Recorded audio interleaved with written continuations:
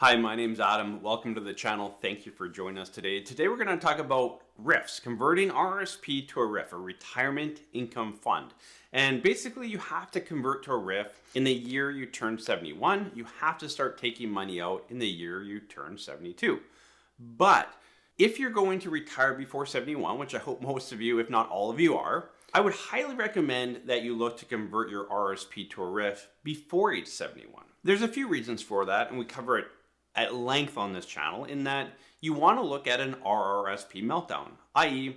you want to start drawing out of that RRSP account prior to delaying that CPP and taking CPP later. So let's say you retire at age 65, you want to start drawing down your RRSP from 65 to 70, ideally delay that CPP and OAS till 70 and do it that way. So what that means is you want to convert your RRSP to a RRIF prior to age 71. Maybe it's 65, maybe it's even before 65, but let's assume you're retiring at 65 and you want to convert your RRSP to a RRIF and start drawing that out. Again, a few benefits. People always ask, like, Adam, what are the benefits to converting the RRSP to a RRIF before age 71? Like, why do it at 65?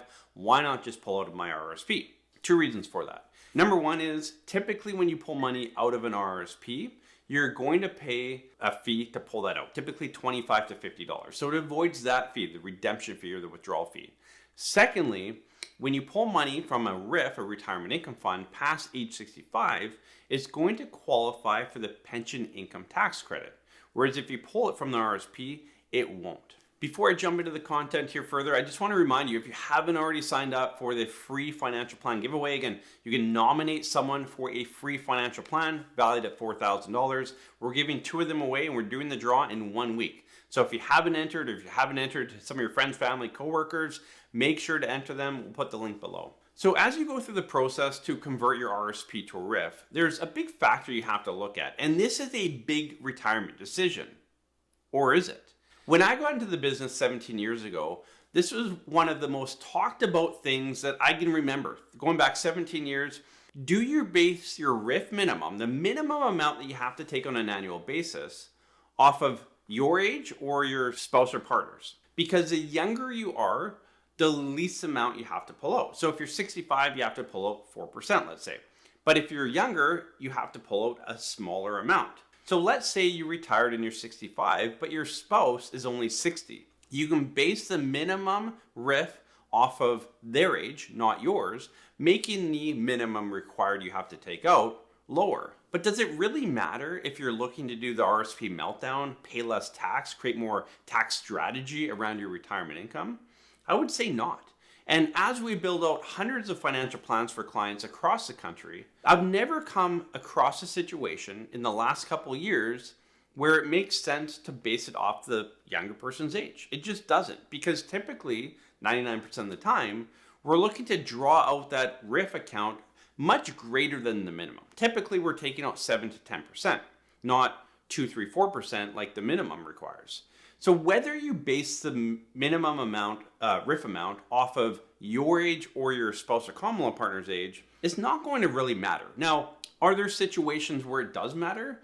Yeah, maybe you have a pension or you have something that's kind of buffering your income for a few years, and you may want just a little bit out of that RRIF. And basing it off of the younger person might allow you to kind of stretch that out a little bit further. Now, again, remember, this is a caveat here in that you don't have to move all of your RRSP to a RRIF. So between, say, 65 and 71 in our illustration here, if you only need, say, $5,000 a year out of your RRIF, you can always just move $5,000 from the RRSP into the RRIF that year and then pull it out of the RRIF. You're only required to put the whole RRSP into the RRIF at age 71, and again, starting to pull that out at age 72. So if you need more flexibility in cash flow before age 71, instead of basing it off the younger person's age, base it off of your age and just don't convert all of your RRSP to a RRIF. It's going to keep it much simpler, cleaner, and you don't have to worry about that decision. Just base it off of your age. I want to thank Neo Financial for sponsoring this video. Not only did they sponsor this video, but they saved my bacon here just a few weeks ago. My wife's credit card got hacked once again. It seems to always happen to her. We're not sure how, but it did, which left her and I with no credit card. But Fortunately, we had our Neo MasterCard to save the day. So as we head into Christmas shopping here, we were fortunate to have this card that is kind of our secondary card that we use for certain spots to get the up to 5% cash back. So if you're looking for a great MasterCard, a credit card heading into 2023, you need to take a look at the Neo MasterCard. Neo is from the same team that brought you Skip the Dishes. They have over 1 million users already on their platform, and they're growing exponentially here in Canada. Why I like Neo MasterCard and why I use it on a daily basis is that they give me up to 5% cash back on my everyday spending. There's a few stores in my area. I pull up the map on my app, go to the few stores in my area that I'm getting 4 to 5% cash back. No other credit card is giving me that. So that's why I love the Neo MasterCard for a lot of my everyday purchases. Just recently, they allowed you to customize your credit card with what's called Neo Perks. And there's a bunch of different Neo Perks that they offer, and a few of them have hit home with me and we're taking advantage of. The first one that's working really well for us is the Travel Perk. And the Travel Perk gives you 2% cash back on foreign transactions, airport lounge access to Priority Pass. So if you're a traveler and you like to use lounges and you don't always have access or you're paying for it, for $4.99 per month, you get access to Priority Pass. And that's going to give you access to lounges in airports across the country and across the world. So make sure to check out the Neo MasterCard, make sure to check out the perks, see which one fits best for you, add what you want, try it out for a month or two, see if it's working, see if it's giving you more cash back than what you're spending. And it's a great resource. Again, a lot of you need more than one credit card. A lot of you are only using one, and it's not a great cash back card. So if you're looking for a new credit card on the market, you're looking for more cash back, please check out the Neo MasterCard. You won't be disappointed. And remember, the Neo MasterCard is accepted everywhere that MasterCards are accepted, so pretty much everywhere. So go check out the Neo MasterCard and get one in your wallet today. The other reason I would say base it off your age if you're older than your spouse or common law partner is that there's going to be less withholding tax. And what we typically find for retirees is there's too much withholding tax. It kind of gums up cash flow early in retirement and creates some uncertainty around, well, like where do I get the extra cash flow from until my tax refund comes?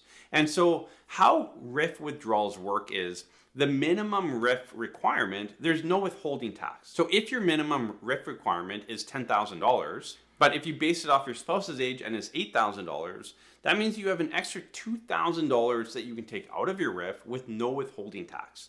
So that could be beneficial as well. Again, you're putting more money back in your pocket versus letting CRA hold on to it until tax time. I think that makes more sense. I prefer to hold on to my money, even if I have to owe a bit of tax at tax time. I prefer to owe it in the meantime, and I'll pay my taxes when the tax time comes. So when it's time to convert your RSP to a RRIF, and your advisor or the bank or whoever you're talking to asks the question, do you want to base your RRIF minimum on your age, your birth date, or your spouse or common law partners? I would just default to yourself. I don't think you go through all the process and questioning and did I make the right decision? Just base it off of your age. I think you need to simplify this. Rarely, and I mean your advisor will tell you. If your advisor says it makes sense to base it off the minimum age, ask them why. If you're going to do the RSP meltdown, which is a great tax strategy, then it probably doesn't make sense anyway. So ask them why.